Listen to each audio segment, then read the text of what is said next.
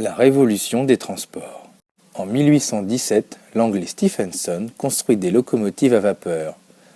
En 1830, une ligne de chemin de fer réunit les villes de Liverpool et de Manchester. Et en 1850, l'Angleterre dispose de 10 000 km de voies ferrées. La locomotive à vapeur fonctionne grâce à l'invention de James Watt, la machine à vapeur.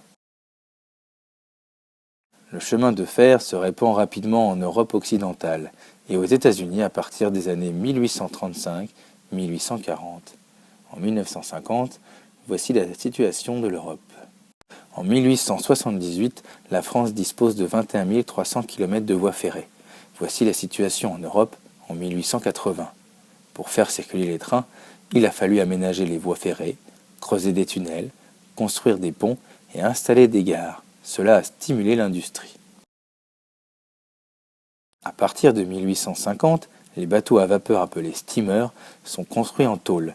Ils peuvent transporter beaucoup plus de marchandises et de passagers que les bateaux à voile. Le commerce maritime connaît ainsi un grand essor. Pour accélérer les traversées, des canaux transocéaniques sont percés. Le canal de Suez en 1869 entre la Méditerranée et la mer Rouge et le canal de Panama en 1914 entre l'océan Atlantique et l'océan Pacifique. L'automobile à essence naît en 1886. À ses débuts, elle coûte très cher et les fabricants n'en produisent parfois que quelques exemplaires.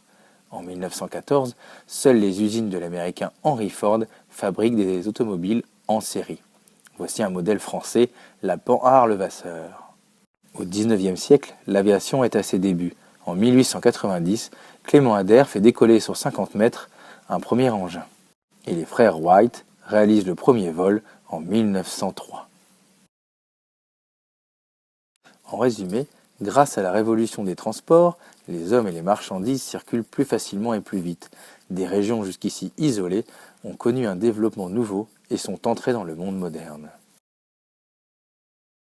Bonne révision!